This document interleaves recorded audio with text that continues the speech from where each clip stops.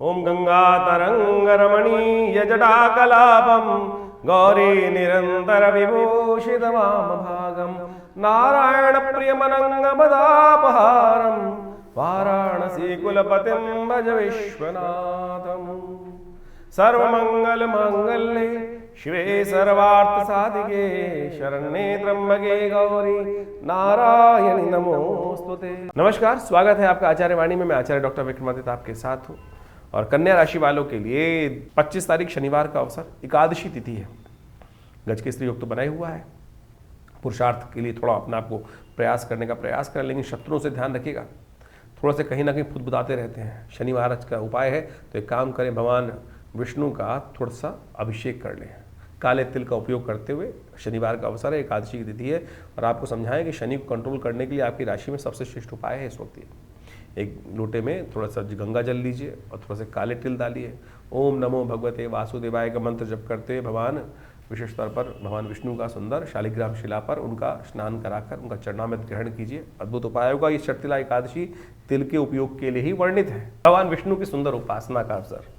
तिल देखते हैं ना आप लोग, भगवान विष्णु की किसी पूजा में तिल नहीं विशेष तौर पर चावल नहीं चढ़ते हैं। अक्षत जो है वो चढ़ाने निषेध कहे गए हैं, लेकिन उसका उपयोग करने के बजाय शास्त्र में कहा गया है तिल का उपयोग किया जाना चाहिए। और पुराणों के अनुसार से तिल की उत्पत्ति भगवान विष्णु के त्वचा से ही हुई है। और ये जो विशेष तौर पर तिल जो है समस्त प्रकार की आरोग्यता को प्रदान करने वाला है। शर्तिला एकादशी के दिन शास्त्रों में कहा गया है, यदि हिमाद्री ग्रंथ को आप पढ़ें तो उसके अंदर कहा गया है कि इस दिन माघ मास के कृष्ण पक्ष की जो एकादशी होती है, वो सब प्रकार से स्नान करके भगवान कृष्ण की पूजा करके उनके 100 मंत्र को 108 बार या 11 बार या 8 बार या 28 बार जप कर आप अनेक प्रकार से माँ भगवान की को प्रसन्नता प्राप्त कर सकते हैं, उनका आशीर्वाद प्राप्त कर सकते हैं। इस दिन उपवास रखने का सुंदर वर्णन शास्त्र में मिलता है।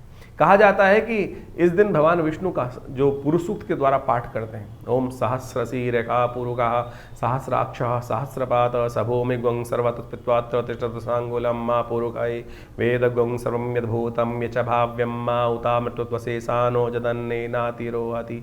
इस प्रकार से पुरुष सूक्त के जो सुंदर पाठ को श्रवण कर भगवान का षोडशोपचार जो पूजन करें, तिल का द्वारा भगवान का स्नान कराएं। तिल के ही 6 प्रकार के प्रयोग शास्त्र में वर्णित हैं। षट तिला एकादशी, ये तिल के जो 6 प्रकार के प्रयोग शास्त्र में वर्णित हैं, यानी तिल के द्वारा जल से स्नान करना, पिसे हुए तिल का उपटन भी लगाना, तिल के द्वारा हवन करना, तिल के द्वारा ही तिल मिला हुआ जल जो होता है वो पानी उसका सेवन करना, तिल का दान करना, और विशेष तौर पे तिल के बने हुए मेवे जो मिठाई इत्यादि हैं उनका प्रसाद, उनका भोग भगवान को लगाना, प्रसाद स्वयं ग्रहण करना। देखिए, तिल जो अपने आप में जो है, हमने जैसा कहा कि भगवान विष्णु के शरीर से उत्पन्न हुआ है, उनके त्वचा से उत्पन्न हुआ है, और इम्यूनिटी को बूस्ट करने भगवान विष्णु जो है वो पालक हैं।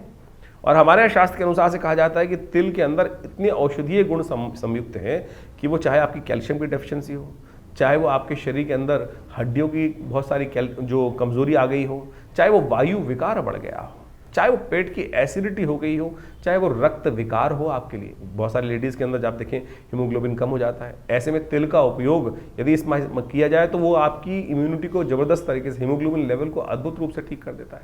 इसलिए भारतीय चिकित्सा पद्धति के अनुसार तिल का प्रयोग, तिल के तेल का प्रयोग सब जगह किया जाता है। हर जो आयुर्वेद के चीज़ें हैं उसके अंदर तिल के तेल का ही उपयोग करना सबसे श्रेष्ठ माना जाता है। आप समझें, शास्त्र के दृष्टिकोण से यदि आप इस बात को समझेंगे तो आप हमको बताएं और कि तिल का जो उपयोग है वो जो आपकी किडनी संबंधित रोग है, यूरिन संबंधित रोग हैं, उनको भी ठीक करने के लिए सबसे बढ़िया कार्य करता है। जिनको बहुत ज़्यादा सर्दी लगती है, इम्यूनिटी वीक हो गई है, यदि तिल का नित्यप्रति सेवन इस पूरे माघ के महीने में करें, वैसे तो हमेशा ही कर सकते हैं आप किसी भी रूप में। हमारे यहाँ लड्डू तक बनाए जाते हैं, कोई मेवा बनाया जाता है तो उसके अंदर आजकल तो बेसिकली किसी वर्ल्ड में किसी भी कोने में जाएंगे तो उसको हल्का सा ऊपर से छिड़क देते हैं तिल को, उससे क्या होता है उसकी ब्यूटी बन जाती है।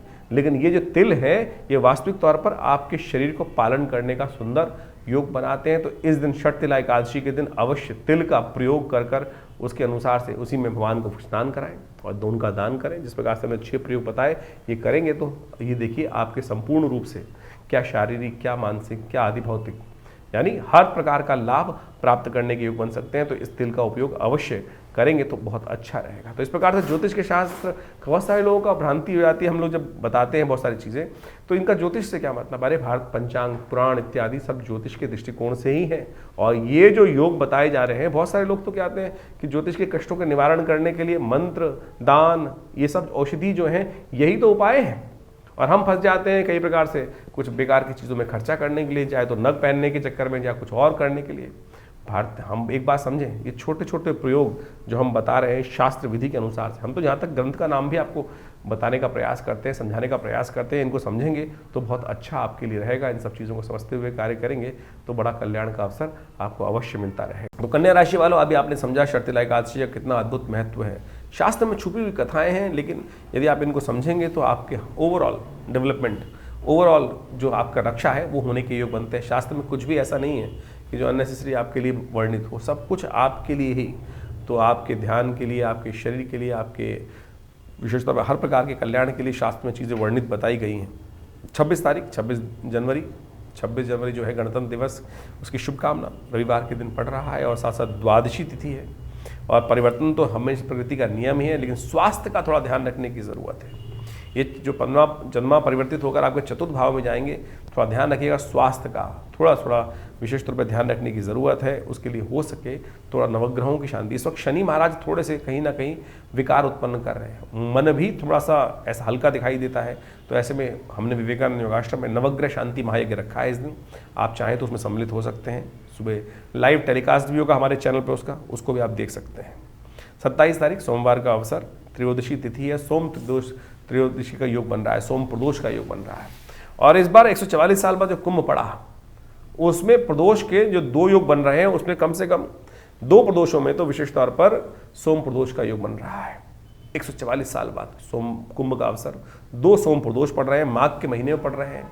और ये संपूर्ण रूप से मनोरथ सिद्ध करने का रास्ता बनाने वाले हैं। ग्रह नक्षत्रों के दृष्टिकोण से स्वास्थ्य का ध्यान रखने के लिए हमने आपको पहले बताया है कि 2 दिन स्वास्थ्य के लिए थोड़े से ग्रह भारी दिखाई देते हैं। तो ऐसे में एक काम करें, इस दिन भगवान शंकर का सुंदर अभिषेक थोड़ा जल से करें, गंगा जल से करें। ओम त्र्यंबकम यजामहे, या महामृत्युंजय मंत्र, ओम हं जुं सः ओम भूर्भुवस्व ओम त्र्यंबकम यजामहे सुगंधिम पुष्टिवर्धनम उर्वारुकमिव बंधनान् मृत्योर्मुक्षीमामृतात् स्वभू ओम सहजुं हों ओम। शाम के समय इस मंत्र का जप करते हुए गंगा जल से भगवान का अभिषेक कराकर ये मंत्र जप कर लें तो कहा जाता है प्रदोष का समय, सोम प्रदोष का समय बड़ा ही कल्याणकारी होता है। पार्थिव पूजा भी, यदि कुंभ के क्षेत्र में है, कहीं ना कहीं सौभाग्य है आपका बन रहा है, तो उस समय पार्थिव शिवलिंग थोड़ा सा मिट्टी लेकर वहीं पर हाथ में रखकर भगवान शंकर का पार्थिव शिवलिंग का निर्माण करें, वहीं उनकी पूजा करें और वहीं मिट्टी बाद में षोडशोपचार पंचोपचार पूजन करके करिए। बड़ा सुंदर सौभाग्य का अवसर है। इस प्रदोष में सुंदर योग बन रहा है और हम भी प्रयास कर रहे हैं कि इन प्रदोषों में विशेष तौर पर भगवान शंकर का आशीर्वाद, भगवान का आशीर्वाद लेने के लिए वहाँ रहें, उपस्थित रहें। आप वहाँ यदि है उस क्षेत्र में तो बहुत सुंदर रहेगा। 28 तारीख मंगलवार का अवसर, चतुर्दशी तिथि विद्यमान है और ये परिवर्तन की तिथि आपके लिए बहुत महत्वपूर्ण रहने वाली है। चंद्रमा सूर्य के साथ, शुक्र के साथ, जो बुध के साथ विराजमान होने जा रहे हैं और ये 3-4 दिन के लिए आपके लिए बहुत सुंदर आगे बढ़ने की मार्ग प्रशस्त करते दिखाई दे रहे हैं। आपके कार्यों में विजय के योग बहुत सुंदर रूप से बन रहे हैं। देखिए, एक तो जो इस दिन चंद्रमा के परिवर्तन की तरफ जा रहा है और साथ साथ शुक्र भी परिवर्तन कर मीन राशि में उच्च के होने जा रहे हैं और ये आपके लिए आपके ऐश्वर्य को बढ़ाने वाले हैं। और देखिए क्या होता है कि जो विशेष तौर पर कुछ ना कुछ आगे बढ़ने का प्रयास करते हैं तो कहीं ना कहीं पीछे वाली परिस्थितियां भी कहीं ना कहीं तो ठाक हम पात ऐसी स्थिति बनती हैं। तो थोड़ा सा शत्रुओं को भी दबाने की ज़रूरत है। स्थिति बहुत अच्छी है लेकिन शत्रुओं को भी दबाने की ज़रूरत है। काम करिएगा थोड़ा सा। भोजन में जो सबसे पहले खा रहे हैं उसका एक पहला हिस्सा निकाल कर कौवे को या श्वान को डाल दीजिए, या शनि के मंत्र का लगातार उपयोग करें। प्रांग प्रींग प्रौंग से शनिश्चराय नमः। यदि ये उपाय करते रहे तो आपके लिए आगे बढ़ने के रास्ते सुंदर रहेंगे। लाभ के रास्ते बढ़िया अच्छे से बनते दिखाई दे रहे हैं। 29 तारीख अमावस्या की तिथि है। गज की स्त्री योग आपकी गोचर में बना हुआ है।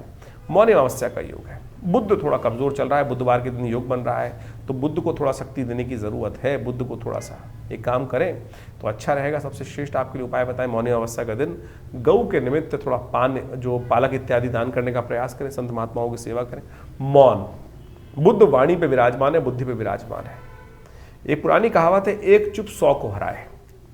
यदि कुछ ना हो सके तो इस दिन मौनी अमावस्या के दिन मौन का ही महत्व है।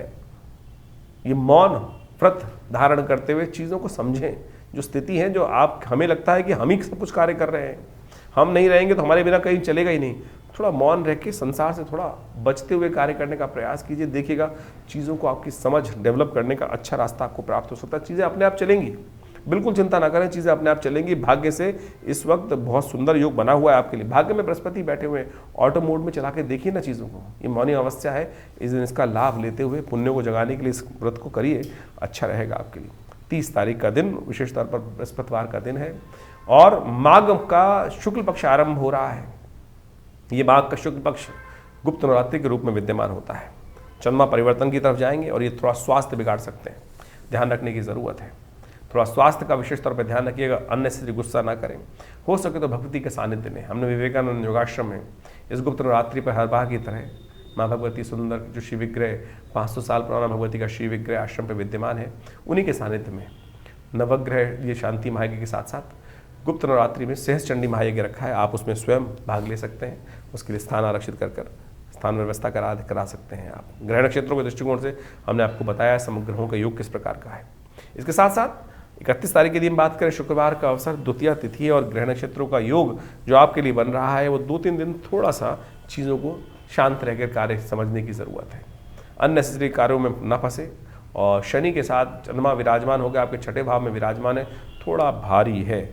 ऐसे में आपके लिए अच्छा रहेगा कि आप अपने पुण्यों को जगाएं, शनि का उपचार लगातार करने का प्रयास करें, शनि के मंत्र का जप करें, शनि स्तोत्र का पाठ करें, वो आपके लिए अच्छा रहेगा। तो इस प्रकार से ज्योतिष का जो विवरण है, ग्रह तिथियों का जो विवरण है, वो अद्भुत है भारतीय ज्योतिष विज्ञान के अनुसार से। और ये जो समय चल रहा है, इसमें कई प्रकार के विभिन्न योग चल रहे हैं, जैसे आपने समझे।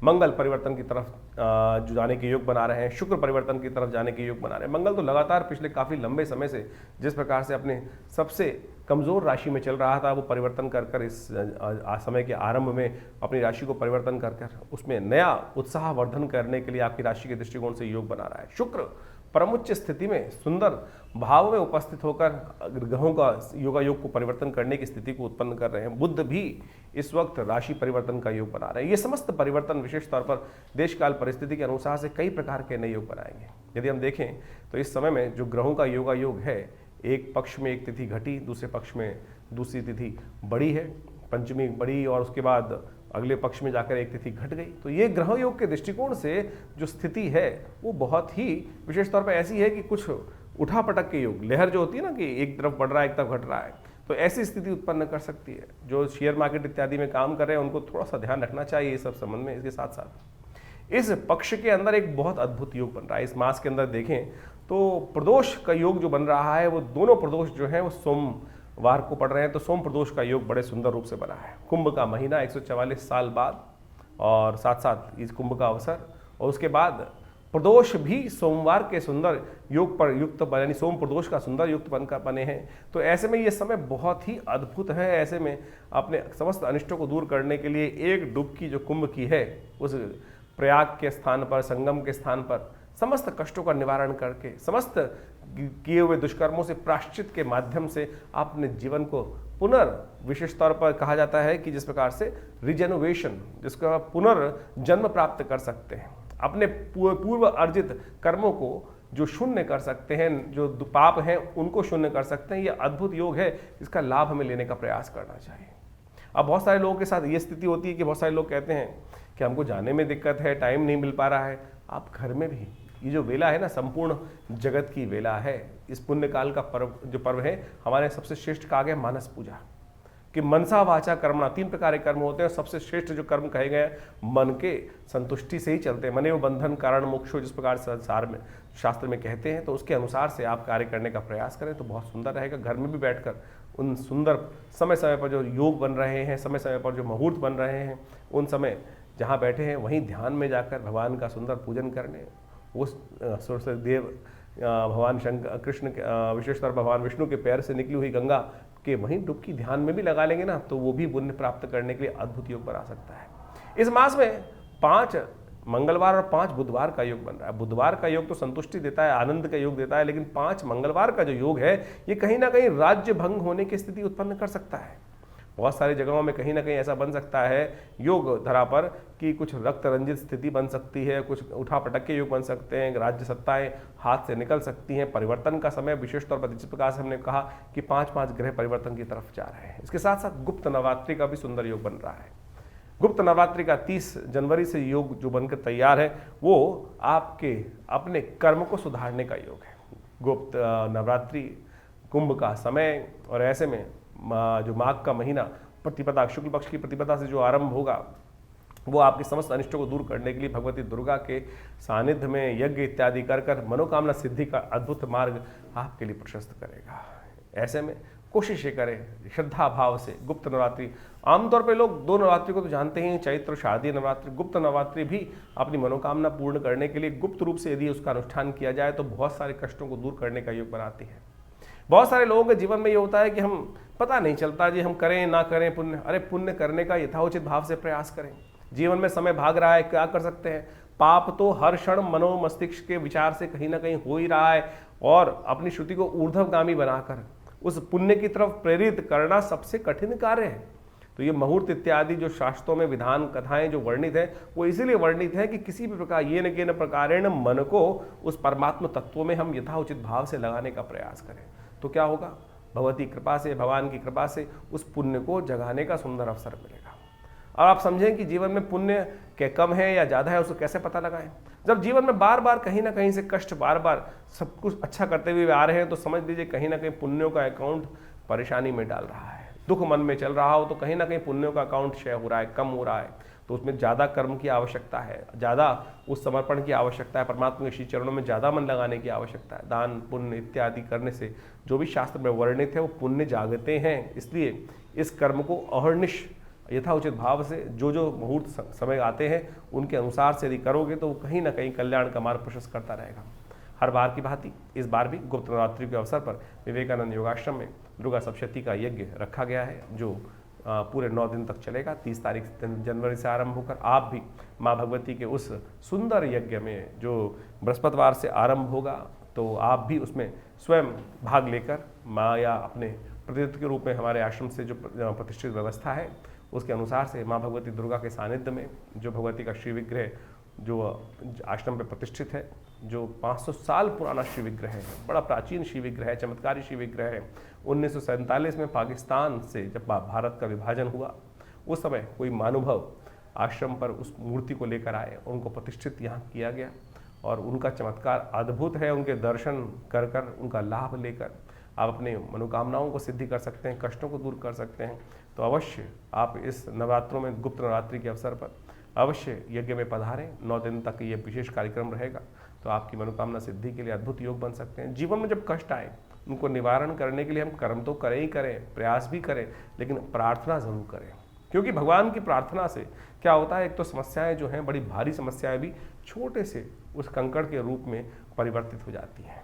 इस बात का अनेक बार हमने अपने जीवन में, बहुत सारे लोगों के जीवन में प्रत्यक्ष प्रमाण देखा है। तो कोशिश ये करें, इस सुंदर मुहूर्त का लाभ अवश्य लें। आपके जीवन में चल रही समस्याओं को दूर करने के लिए अद्भुत रास्ता प्राप्त होगा। दिल्ली में हमारा संस्थान विवेकानंद योगाश्रम जमनाबाद खुरेजी लक्ष्मीनगर क्षेत्र में स्थित है, और वहाँ वैसे बहुत सारे कार्यक्रम समय समय पर चलते ही रहते हैं और उस सब संबंध में हम आपको अवगत कराते ही रहते हैं। तो आज जुड़िए हमारे साथ। धन्यवाद, नमस्कार।